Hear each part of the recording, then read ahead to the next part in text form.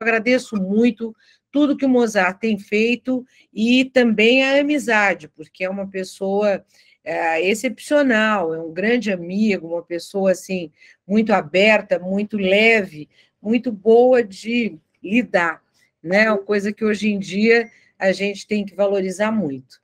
Então, eu agradeço esse convite, é uma honra para mim estar aqui com vocês, agradeço o Antônio, todo o pessoal aí da cátedra, e eu vou falar com vocês hoje, porque, assim, eu sei que o curso é sobre as competências do diretor de escola, que é um parecer que foi elaborado pelo então conselheiro Mozart Neves, que foi aprovado, que está lá no MEC para ser homologado há mais de um ano, mas não interessa, é um parecer muito bom, muito importante para ajudar as escolas, os dirigentes de escolas, mas eu vou falar sobre como as evidências podem ajudar a prática docente, a prática do diretor da escola, porque é importante usar evidências para desenvolver políticas educacionais, né?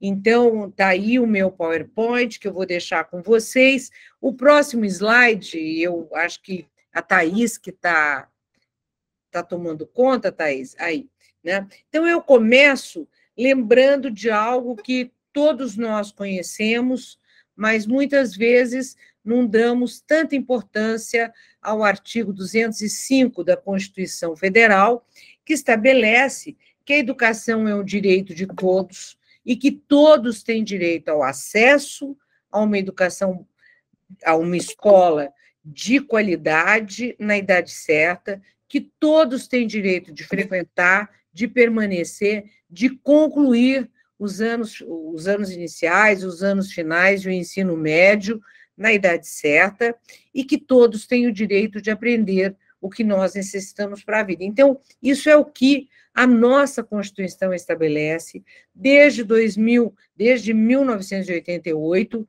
a LDB reforça esses princípios fundamentais da nossa Constituição e, portanto, a grande questão é como é que nós vamos assegurar esses direitos que têm sido muito destacado por um grande profissional, também um grande amigo meu, que é o professor Francisco Soares. Pode passar, por favor, próximo slide. Como é que eu vou saber se os alunos estão tendo acesso, estão permanecendo na escola, estão concluindo na idade certa, né? Para isso, todos os gestores, os diretores, os professores, os coordenadores pedagógicos, eles precisam, na verdade, usar a base longitudinal do censo escolar. Quer dizer, o Brasil tem uma base de dados muito importante, né? A base longitudinal do censo, ela nos permite verificar quando é que o aluno entrou, em que ponto ele está da sua escolaridade, permite identificar se o aluno está evoluindo dentro do parâmetro normal, se ele vai terminar o 5º ano na idade certa, o 9º ano na idade certa. Então, a trajetória de cada estudante está registrada na base do censo escolar desde 2007, e é possível, a partir daí, ver se o aluno ingressou, se ele permaneceu. Claro que não dá para a gente saber aqueles que não estão na escola, né? Esse, na verdade, é um grande problema, porque agora nós teremos o censo populacional, o IBGE está levantando o censo esse ano, e daí nós teremos um dado mais, eu diria, mais efetivo de quantos estão fora da escola, para poder comparar com os dados do censo escolar. Mas a grande pergunta é: a escola está usando os dados do censo escolar? A escola analisa esses dados para saber se os alunos continuam na escola, se eles estão concluindo, se eles estão sendo promovidos, se eles estão sendo reprovados.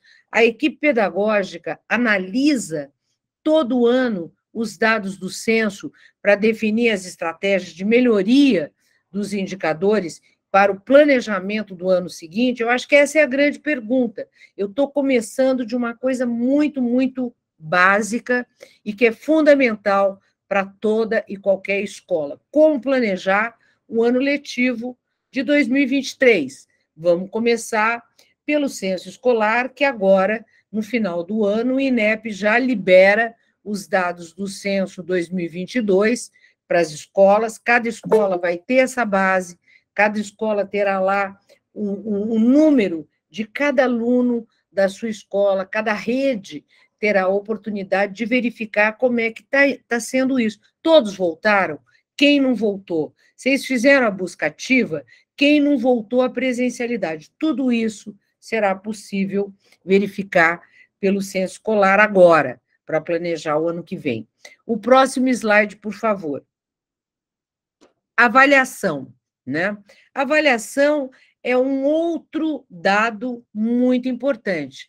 Avaliação, o SAEB, por exemplo, ele serve para nos informar se o direito à educação está garantido e se o aluno está aprendendo, né? Porque o que interessa é saber se o aluno está aprendendo, como é que está sendo esse aprendizado, né? Ele está avançando, né? Então, a escola ou a rede analisa os resultados do SAEB, do IDEB, de cada município, né? Identifica as dificuldades de aprendizagem. A escola consegue fazer uma análise pedagógica dos resultados do SAEB. Acho que esse é um ponto importante. E temos também o Fundeb. Por que eu pus o Fundeb aqui? O Fundeb novo é uma informação importante para saber se os recursos para a escola funcionar, para ter uma boa infraestrutura, se esses recursos estão assegurados, né? E depois, no final, eu vou também lembrar dos dados, dos indicadores novos que o Fundeb ainda não definiu, mas que são muito importantes para nós planejarmos o futuro do ano que vem, quando os municípios terão a oportunidade de receber mais recursos dependendo do desempenho. Para isso, o INEP terá que definir os indicadores de desempenho de cada município para que cada município possa acompanhar se ele terá ou não direito a receber mais recursos do Fundeb naquilo que o novo Fundeb definiu como VAR, valor aluno-ano redistributivo. Tem o VAAT, que é o valor aluno-ano total, que todo mundo já recebe, e depois nós teremos o VAR, valor aluno-ano redistributivo, que é aquele que precisa ser definido a partir do próximo ano, mediante um critério que o INEP está estudando. Próximo slide, por favor. Chama aqui a atenção de vocês para uma informação que saiu na plataforma do QEDU, né? O QEDU, que é lá do IED, do Instituto de Evidências da Educação, do Ernesto Faria, que é um excelente instituto. A base do QEDU, ela faz um trabalho muito importante. Por que eu estou chamando a atenção sobre isso? Em setembro, o INEP divulgou os dados do SAEB e os dados do IDEB 2021. Todo mundo deve ter olhado os dados do SAEB e do IDEB 2021. No entanto, nós sabemos que o IDEB foi, digamos assim, inflacionado com os dados de promoção automática. A maioria dos sistemas tiveram os dados de promoção automática implementados, inclusive com uma recomendação do próprio Conselho Nacional, que era contra, e é contra, a reprovação durante a pandemia, porque seria um prejuízo ainda maior para todos os alunos, né? E a reprovação nunca é boa. Mas como é que nós íamos reprovar se os alunos não tiveram a oportunidade de aprender? Não é justo, né? Então, o que acontece? Aí, olhando os dados de Sergipe, por exemplo, nós vemos que o aprendizado, quanto maior o aprendizado, maior o IDEB. Quanto maior a média, ou seja, o aprendizado e o fluxo, maior o IDEB, né? Então, nós vemos aí, pode passar o próximo slide, por favor, nós vemos que muitos estados e muitos municípios tiveram um aumento impressionante, é o caso, por exemplo, de Sergipe, né? Que aconteceu com o Sergipe? Ele teve um aumento de 18 pontos, né, percentuais entre 2019 e 2021 na taxa de aprovação, certo? Isso foi totalmente, como é que eu diria, conjuntural, teve a ver com a pandemia, foi fruto da flexibilização curricular, do contínuo curricular e da adoção da promoção automática, né? Então, quando nós olhamos, assim, as taxas de aprovação de Sergipe, nós vemos, por exemplo, que em 2019 era 78,5%, 78,5% nos anos finais. E vemos que em 2021 saltou para 96,7%. O que significa isso? Que é um dado absolutamente conjuntural que teve a ver com o contexto da pandemia, né? Então, quando nós olhamos o IDEB do município do estado, nós precisamos examinar qual foi o resultado do fluxo, como é que o fluxo impactou o IDEB, essa é a evidência importante, e como é que foi o aprendizado do aluno no SAEB. No próximo slide, por favor, o próximo slide, ele mostra, né, como é que é a fórmula do IDEB. Eu acredito que a maioria de vocês conhece, né? O aprendizado, por exemplo, 6,02, né, que é igual ao quê? É a média do fluxo e da nota, teve 6,2 no aprendizado, 0,94 no fluxo, o IDEB é uma média. Agora, a média, gente, é média, tá certo? Se eu falar que 2 mais 6 é igual a 8, né, a média de 8 é 4, mas eu posso dizer que 5 mais 3 é igual a 8, e a média de 8 continua sendo 4. Só que 5 é a nota que uma escola teve no SAEB, e a outra teve nota 4, por exemplo, no SAEB. A média vai ser 4, porque vai somar o fluxo com o aprendizado, mas o aprendizado em uma situação foi muito menor do que na outra. Então, a média ela não é boa para refletir. Hoje, o debate sobre o IDEB discute exatamente a importância de não trabalhar com a média, né? O próprio Ernesto Faria, lá do IED, ele tem uma proposta para o novo IDEB, que está sendo discutido por vários especialistas, e todos, sem exceção, são a favor de não termos mais uma média, de trabalharmos com qual é o desempenho esperado para cada aluno. Vamos supor, nós vamos saber, por exemplo, se 4 no SAEB é o adequado ou se é o insuficiente. Então, se o aprendizado for adequado ou insuficiente, né, a escola precisará fazer um esforço maior para aquela nota insuficiente do que olhando apenas a média do IDEB. Por que eu estou dizendo isso? Por favor, passa o próximo slide. Estou dizendo isso porque quando nós olhamos esse gráfico, por exemplo, do segundo ano, nós verificamos que, por exemplo, no caso do segundo ano do ensino fundamental, a média do SAEB 2019 foi 750. Por quê? Porque a escala de alfabetização é diferente da escala do SAEB do quinto e do nono ano, né? Então, a nota de 2019, a média pela escala de proficiência do SAEB, em alfabetização no segundo ano, foi 750. Já em 2021, nós vemos que foi 725, ou seja, a nota média na escala de proficiência de alfabetização do Brasil, mediante a aplicação de uma prova numa amostra de estudantes do segundo ano, ela indica uma queda de 25 pontos, quase. Uma queda de 25 pontos significa 1 ano e meio de aprendizado escolar na escola, né?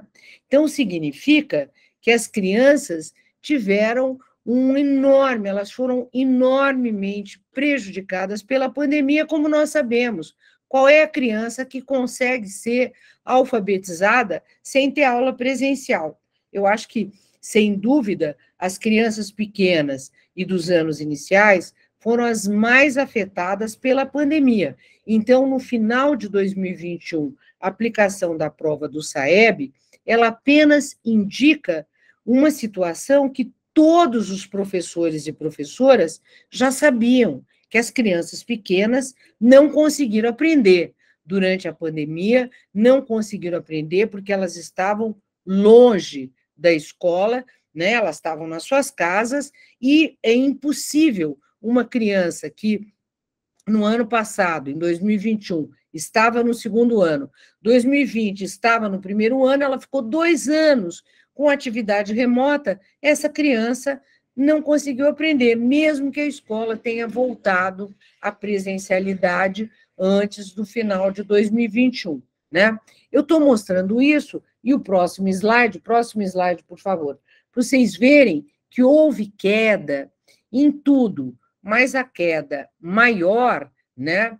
Aqui, por exemplo, é o 5º ano do ensino fundamental em língua portuguesa, de 2011 até 2021. Então, vocês veem aqui por esse gráfico que em 2021 a escala de proficiência, o indicador da proficiência do aprendizado do aluno é de 208, né?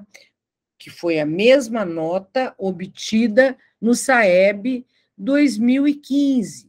Nós estávamos vivendo, na verdade, no Brasil, um processo de melhoria contínua, né? Principalmente nos anos iniciais. Inclusive, como vocês sabem, nós tivemos aí alguns casos extraordinários de melhoria, que foi o caso, por exemplo, lá de Sobral, no Ceará, que é muito falado, alguns outros municípios no Piauí, né, até municípios no Pará, que tiveram um avanço muito importante nos anos iniciais, né? Agora, todos esses que estavam avançando tiveram queda na pandemia. E o Brasil inteiro, que estava indicando uma melhora nos anos iniciais, também teve uma queda. Aparentemente, de acordo com os resultados do SAEB, a queda em língua portuguesa foi menor do que na matemática. Próximo slide, por favor. Na matemática, nós vemos que a queda foi maior, foi de 11 pontos, né? A escala de matemática, gente, é diferente da escala de língua portuguesa. Eu não posso comparar a escala de matemática com a escala de língua portuguesa. Isso é muito importante registrar, né? Por quê? Porque, se eu digo que 217 em matemática é igual a 217 em língua portuguesa, eu estou falando uma mentira. Estou falando algo que não tem nada a ver. A escala de língua portuguesa, quer dizer, eu ainda não tenho no Brasil a definição do que é um aluno bem alfabetizado no 5º ano. O Todos pela Educação tem lá uma nota esperada, que seria de 210 para o aluno que está no 5º ano em língua portuguesa e de 220 em matemática, porque a escala de matemática ela é diferente da de língua portuguesa, né? Agora, essas escalas não podem ser comparadas, mas ambas mostram que há uma queda, e há uma queda importante na aprendizagem. E muitos municípios melhoraram o IDEB. Mas o que significa? Melhorou o fluxo, o aprendizado não melhorou. O próximo slide. Agora, eu vou passar para o futuro. Até agora, eu estava falando dos problemas que nós temos imediatamente, né? Agora, eu vou tratar de quais são as mudanças necessárias no novo SAEB, nas novas avaliações, para obter evidências da aprendizagem dos alunos, considerando a Base Nacional Comum Curricular. Próximo slide, por favor. Bom, primeiro ponto que eu vou aqui, até copiei um slide que é do Mozart. O Mozart tem um slide que ele sempre usa, eu gosto muito desse slide, mudei alguma coisinha aí dentro, mas a grande pergunta está aí. Quais são as competências e habilidades que nós vamos precisar nesse cenário, que é um cenário de incerteza, é um cenário muito complexo e totalmente imprevisível e volátil, né? Alguém podia prever a pandemia? É esse o cenário, é um cenário disruptivo. Nesse cenário disruptivo, nós iniciamos a implementação da Base Nacional Comum Curricular. Iniciamos a BNCC em 2019, em seguida já veio a pandemia, né? Iniciamos, nesse ano de 2022, a implementação do novo ensino médio. Muito bem, o próximo slide, por favor.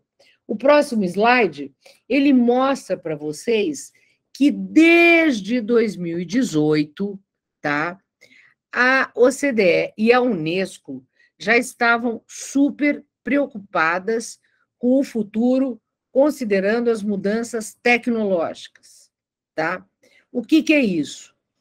O mundo está mudando com uma tal velocidade e essas mudanças tecnológicas, elas afetam tremendamente o mundo da vida, a sociedade e a educação. Quer dizer, a educação das nossas crianças, dos nossos estudantes, precisa preparar esses estudantes para esse futuro, que é um futuro em que as competências aqui, como vocês estão vendo, elas significam um entrelaçamento. Competência é um entrelaçamento dos conhecimentos com as habilidades, as atitudes e os valores. O que é isso? Conhecimento disciplinar ou interdisciplinar. Então, conhecimento de língua portuguesa, matemática, história, geografia, ciências, ou interdisciplinar. Alguém consegue trabalhar no meio ambiente sem olhar o fenômeno do meio ambiente e da mudança climática sem uma abordagem interdisciplinar? Impossível, né? Então, todos nós teremos que trabalhar a partir de uma abordagem interdisciplinar. As habilidades, quais são as habilidades cognitivas, sociais e emocionais que os nossos alunos precisam desenvolver? O aluno que tem uma baixa autoestima, que está com problemas de saúde mental, que se sente inseguro, que está vivendo alguma violência doméstica, esse aluno consegue aprender? Claro que não, né? Atitudes e valores. Quais são as atitudes e valores que nós precisamos desenvolver nos nossos alunos, né? A tolerância, o respeito ao outro, o pluralismo de ideias, os novos valores, o bem-estar, o bem comum, né? Todos esses valores devem estar integrados ao currículo, né? E foi a partir desse estudo da OCDE, pode passar, por favor, que nós desenvolvemos as 10 competências gerais da Base Nacional Comum Curricular. Eu participei de vários debates na OCDE em 2016 e 2017, e aquelas ideias já estavam lá, né? Principalmente a ideia de que competência é mobilização de conhecimento, mobilização de habilidades ou skills, mobilização de valores e de atitudes. E foi a partir desse conceito de competência que eu era responsável pela coordenação da Base Nacional, quando nós estávamos trabalhando isso lá no MEC, né? Então, nós desenvolvemos essas 10 competências gerais, que são as 10 competências gerais que devem estar dentro dos currículos, desde a educação infantil até o ensino médio, né? A ideia de usar os conhecimentos para explicar a realidade, de desenvolver a curiosidade, a criatividade, de valorizar o repertório, a arte, a cultura, de usar as diferentes linguagens para se comunicar, de compreender as tecnologias, né? Saber usar as tecnologias, de compreender o mundo do trabalho, né? Para pensar o futuro. Que mundo é esse que nós estamos vivendo? Dá para... O Mozart tem uma frase que diz: o professor não pode usar o retrovisor, ele tem que olhar para frente. E não pode usar mesmo, porque se o professor usar o retrovisor para trabalhar o currículo em sala de aula, esse aluno não estará preparado para o futuro, né? O professor, o aluno precisa aprender a argumentar criticamente e defender as ideias para se posicionar no mundo. Como é que o aluno vai saber argumentar se ele não aprender a conviver, se ele não aprender a desenvolver um vocabulário, se ele não aprender a respeitar a ideia do outro, né? A exercer a empatia, o diálogo, a colaboração, agir com autonomia para poder tomar decisões. Então, essa é a ideia da nossa Base Nacional Comum Curricular. Próximo slide, por favor. Aí vem a grande pergunta: como é que nós vamos avaliar as competências gerais da Base Nacional? Como é que nós vamos avaliar as aprendizagens essenciais? E essa é a grande pergunta que o INEP ainda não respondeu, né? Eles estão trabalhando esse assunto, estão dizendo que brevemente vão apresentar a proposta das novas matrizes do novo SAEB, então vamos aguardar. Próximo slide, por favor.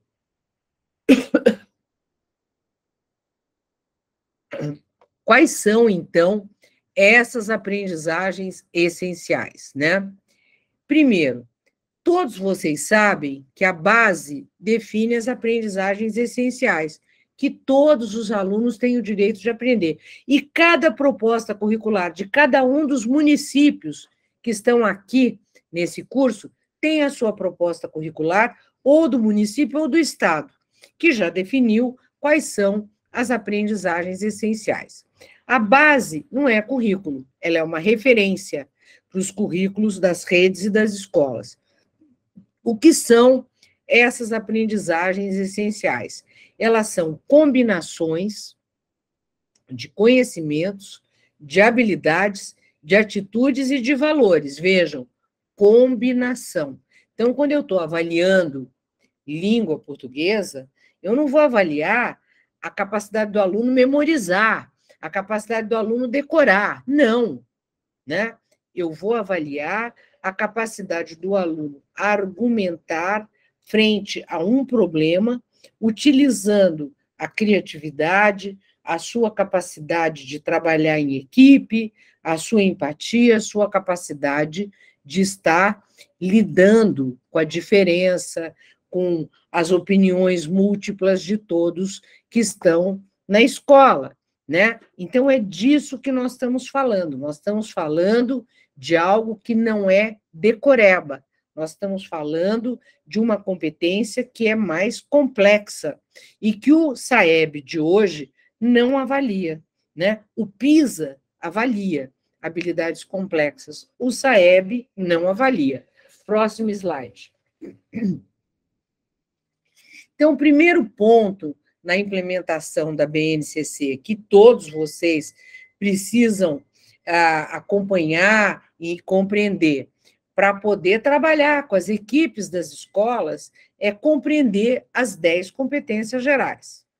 Segundo ponto é garantir que as aprendizagens essenciais da base curricular e do currículo do seu estado ou do município sejam desenvolvidas no currículo, na pedagogia, no projeto pedagógico da escola e nas avaliações formativas que a escola faz.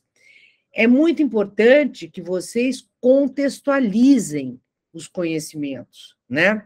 Cada município tem uma realidade, cada estado tem uma realidade, por isso que a base não é currículo, ela é uma referência, para que a proposta curricular possa contextualizar e usar as novas tecnologias. Sem as novas tecnologias é impossível avançar. O próximo slide, por favor. Então, diante desse quadro, a pergunta é: como é que o aprendizado será verificado?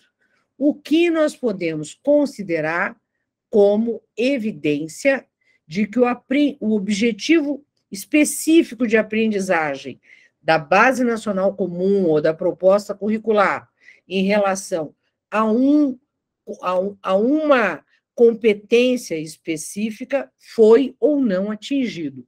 Quais são os comportamentos ou habilidades que podem ser associados a um estudante para verificar se ele atingiu ou não um determinado objetivo de aprendizagem? Isso é bem complicado de fazer, né?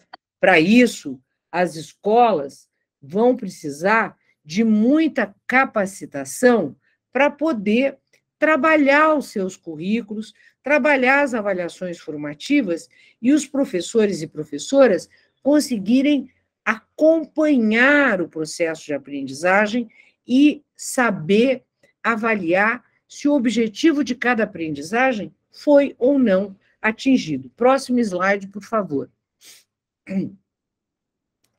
Eu entro agora numa área, assim, que é algo que o Instituto Ayrton Senna está fazendo, e tem vários outros aí fazendo, que é como pensar a avaliação das competências gerais. O Instituto Ayrton Senna, ele começou a desenvolver um grande projeto que está em desenvolvimento, que já foi aplicado no estado de São Paulo, né?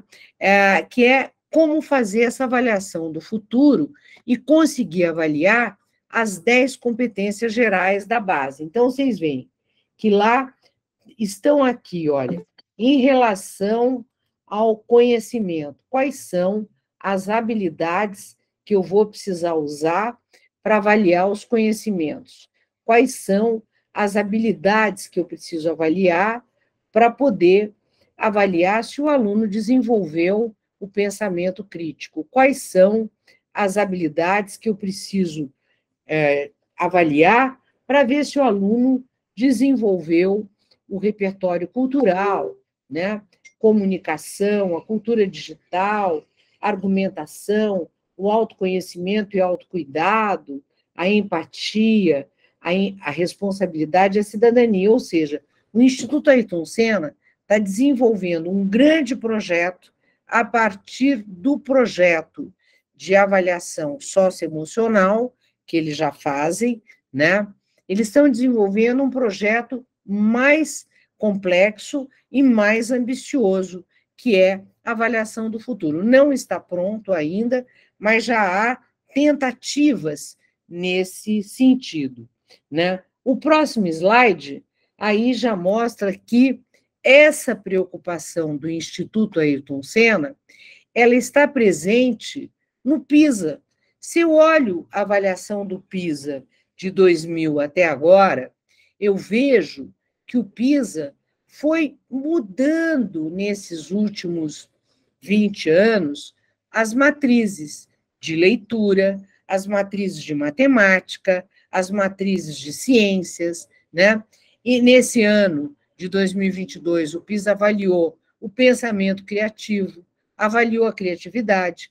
Para isso, o PISA desenvolveu uma série de estudos para poder desenvolver itens que são apresentados nas plataformas digitais, são itens adaptativos. Deixa eu desligar isso aqui, porque meu ar-condicionado está tão congelado que eu estou ficando rouca. Desculpa. Então, assim, o PISA, para avaliar a criatividade e o pensamento criativo, ele está desenvolvendo plataformas digitais. Plataformas digitais que fazem uma avaliação adaptativa, né? Então, o aluno ele é avaliado na plataforma e a própria plataforma ela pede para o aluno para saber como é que ele vai resolver um determinado problema. E o aluno pode seguir uma direção ou outra direção. E a inteligência artificial corrige esses testes de avaliação da criatividade para ver, né, o raciocínio do aluno. Então, um aluno pode desenvolver um raciocínio completamente diferente do outro, mas o resultado de ambos está correto. Interessa o processo de argumentação, né, e a criatividade do aluno para desenvolver um determinado problema. Nós não temos a menor ideia de como fazer isso no Brasil, né? O Brasil está muito longe do que o PISA já está fazendo. O PISA avalia a interdisciplinariedade na área de leitura, na área de ciências, na área de matemática, usa as plataformas adaptativas, utiliza a inteligência artificial para corrigir, dá uma enorme prioridade ao meio ambiente, à diversidade, aos direitos humanos, né, à diversidade de gênero, à diversidade racial, dá uma prioridade ao bem-estar coletivo, enfim, o PISA está muito além das nossas avaliações aqui no Brasil, mas é muito além, né? Então, o PISA, ele foi mudando ao longo do tempo, e o SAEB no Brasil não mudou. O SAEB de 2001 até agora, ele usou a mesma matriz de referência, né? Só em maio do ano passado é que o INEP divulgou uma primeira matriz mais atualizada do SAEB, mas ainda assim muito insuficiente para avaliar as 10 competências gerais da base que devem estar presentes em todos os anos, né? O próximo slide vai mostrar para vocês o que o PISA já começou a fazer em relação à avaliação das competências socioemocionais, né? Então, o PISA desenvolveu esse modelo dos 5 Big Five, né, que é o desempenho de tarefas, estabilidade emocional, a colaboração, os indicadores adicionais, abertura ao novo, o envolvimento com os outros, né? Isso aqui o PISA já está fazendo, já fez uma grande avaliação socioemocional dos alunos, e o Instituto Ayrton Senna, a partir dessa matriz do PISA, desenvolveu, acrescentou algumas outras dimensões a essa matriz dos 5 Big Five, né? Inclusive, é importante lembrar que o Instituto Ayrton Senna trabalha com a OCDE, né, no projeto de avaliação socioemocional. Então, o próximo slide vai mostrar que, de acordo com essa avaliação do Instituto Ayrton Senna, socioemocional, eles aplicaram as provas, os questionários, né, em São Paulo, e verificaram, comparando 2018 com 2020, uma enorme queda no desempenho dos alunos no final de 2020, devido à pandemia. Depois, eles aplicaram a mesma prova também no final de 2021 e verificaram, isso ainda não está divulgado, mas também verificaram uma queda no aprendizado dos estudantes. Então, é importante vocês verem como há uma relação entre o desempenho dos alunos, né? Aqui, olha, nós temos lá a abertura ao novo, amabilidade, autogestão, engajamento com os outros, a resiliência emocional. Então, eles aplicaram essa prova nos estudantes para medir essas habilidades e verificaram como os alunos estavam se relacionando com os outros alunos, como é que eles estavam se portando do ponto de vista da violência, etc., e foram verificar como é que estava a queda na pontuação em relação ao engajamento com os outros e como é que estava o desempenho também na área cognitiva propriamente, e verificaram que houve uma queda, né? O próximo slide, por favor. O relatório do PISA para escolas, né? Eu represento aqui, sou embaixadora do PISA para escolas no Brasil. O relatório do PISA para escolas, ele já faz uma avaliação das habilidades cognitivas em leitura, matemática e ciências de alunos de 15 anos, igual o PISA faz, né? Segue a mesma matriz, a mesma escala de avaliação, ouve os alunos, tem um questionário super interessante para saber o que os alunos pensam da escola, dos seus colegas, dos professores, do aprendizado, e avaliam as habilidades socioemocionais. O próximo slide, por favor. O PISA...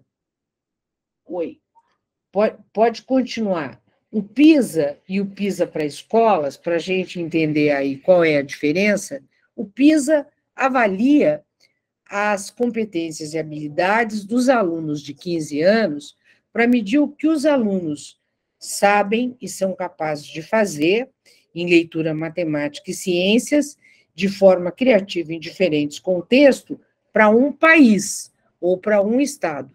O PISA para escolas, ele mostra o desempenho da escola, né? O relatório é da escola, é para uso interno de cada escola, é para o professor analisar aqueles dados e poder desenvolver uma série de práticas que vão ajudar no aprendizado do aluno, tá certo?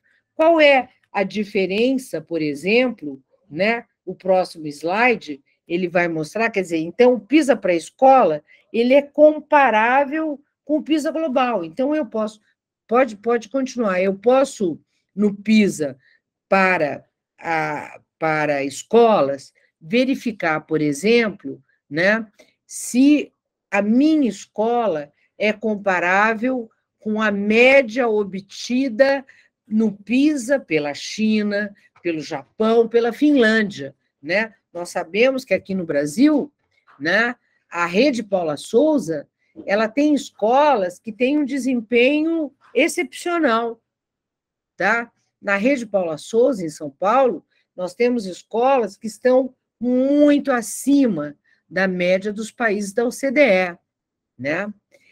Se nós olhamos Sobral, ontem eu participei de um seminário internacional sobre o PISA para escolas, e Sobral é um município em que as escolas estão usando os resultados do PISA para escolas para poder melhorar o desempenho dos alunos. Os professores estão criando redes de colaboração para compartilhar práticas, para ver como os alunos podem melhorar e tudo mais. Por quê? Porque o objetivo do PISA para escolas é, primeiro, ouvir os alunos, né? Medir os resultados. Veja bem, olha lá, olha o que nós estamos fazendo. Nós vamos ouvir os alunos por meio de questionário. Vamos ter uma caracterização das escolas, né? Vamos ter dados e informação sobre cada escola. Cada escola vai fazer uma análise interna dos dados, vai estabelecer redes colaborativas internas e com outras escolas para poder partilhar práticas e para poder atuar e poder propor e implementar ações com base em evidências de resultados da aprendizagem. É isso que é o PISA para escolas. Tem escolas muito boas, como é o caso, já falei, da Paula Souza, muitas escolas já da rede estadual de São Paulo, as escolas do município de Sobral, as escolas da rede estadual do Rio Grande do Sul, que estão fazendo PISA para escolas, né? As escolas, por exemplo, da rede da Fundação Bradesco, né? Tem muitas escolas brasileiras que já estão usando, e tem escolas particulares, tem algumas escolas particulares de São Paulo que estão aplicando PISA para escolas todo ano para poder desenvolver novas práticas com base em evidências, para que os professores aprendam. O objetivo do PISA para escolas pode passar não é fazer ranking, não é divulgar resultado. Pode passar o próximo slide. Pode passar. Ele não é desenhado para obter resultado individual dos alunos, nem é desenhado para ranking.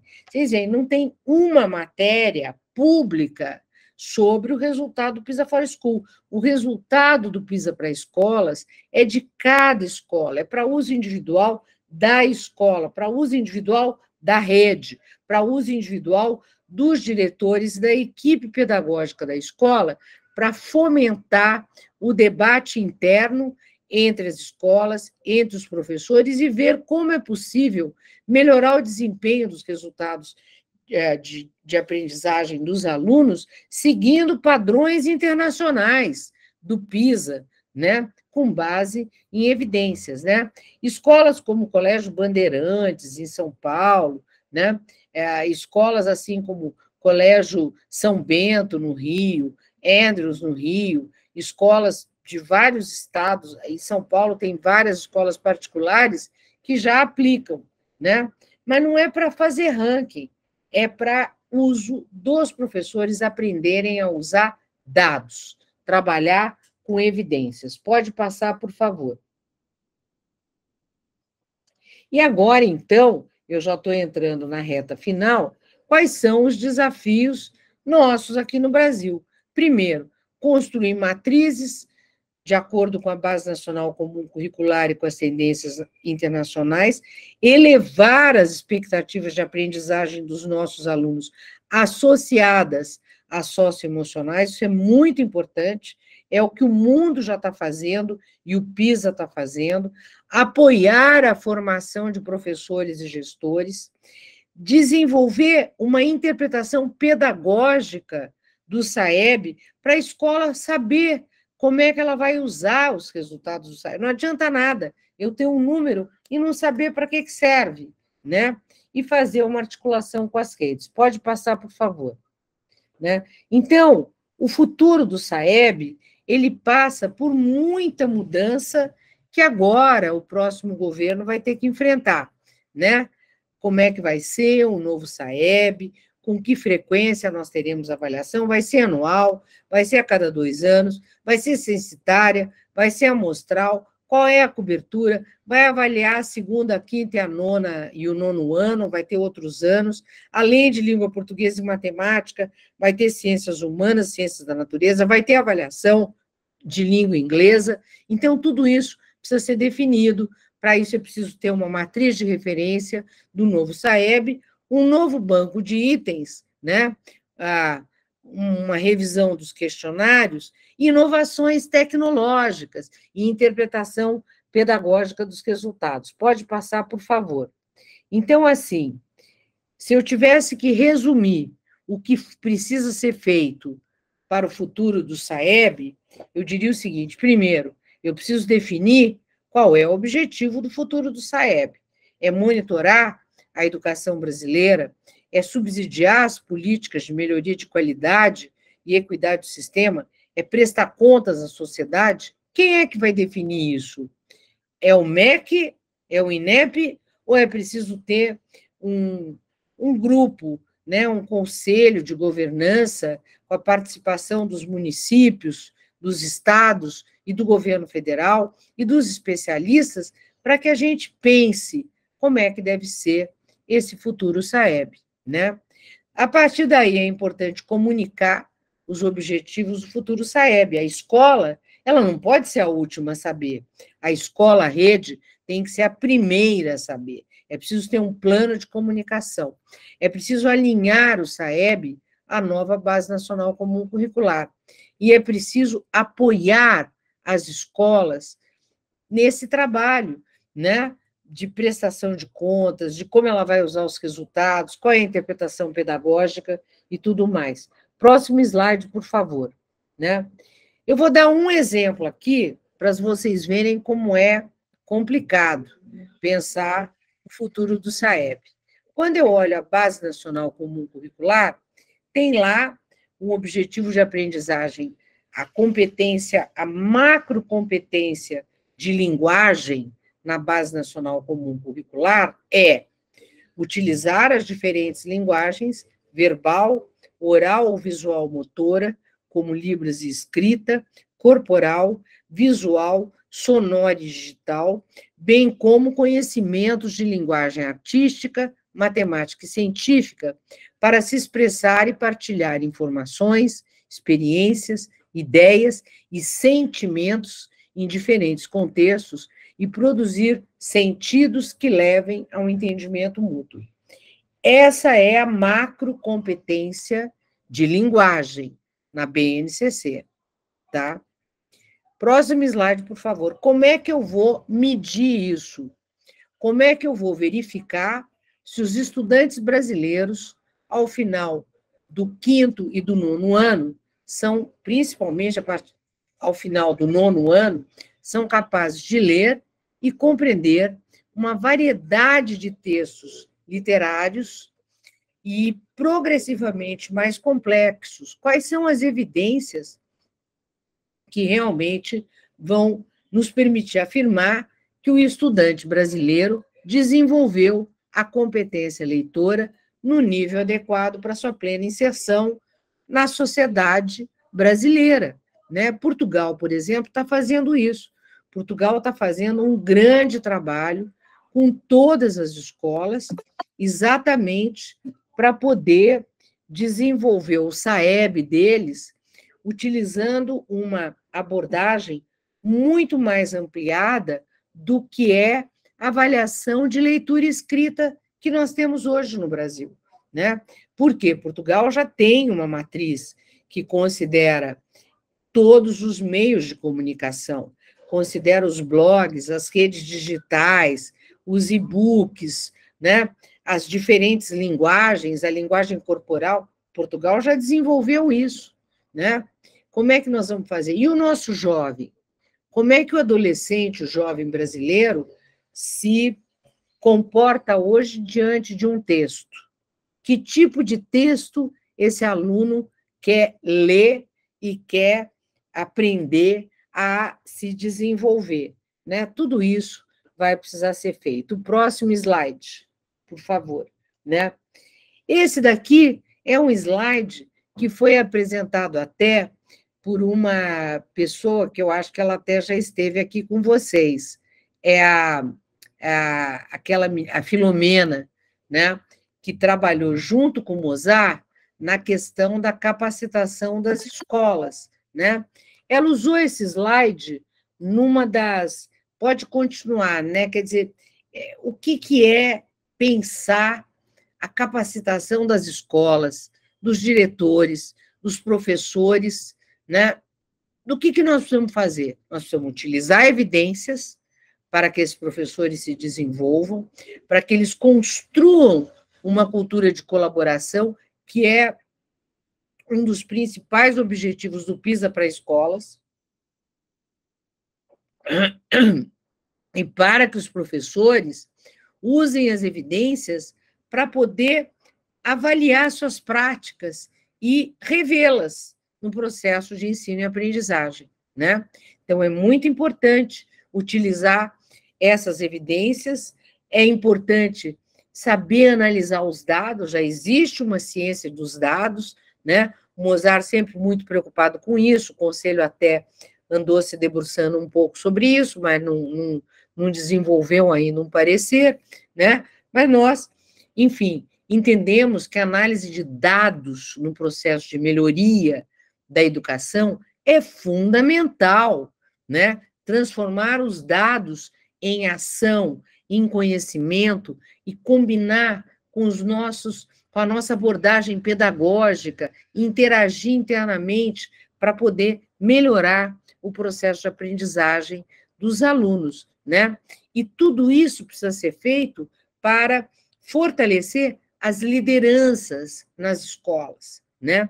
É muito importante nós termos lideranças, professores engajados, coordenadores pedagógicos, diretores de escola, que vão estar fomentando o uso das evidências para melhorar a aprendizagem, para fazer com que a escola não fique naquela leitura, o meu IDEB melhorou, você entendeu o que é o IDEB, que a escola vá lá verificar direitinho o que é o SAEB, para que serve, como é que eu posso interpretar isso, né? E tudo isso precisa de capacitação, formação dos professores, para que a gente possa avançar. O próximo slide, já estou terminando, é o último, né?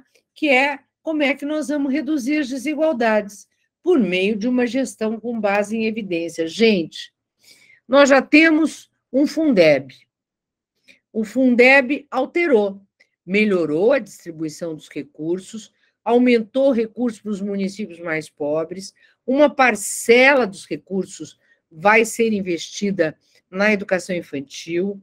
Uma das principais formas de melhorar a gestão é atrelar os recursos à melhoria do aprendizado. Isso está previsto no novo Fundeb, mas nós ainda não sabemos como vai ser essa redistribuição.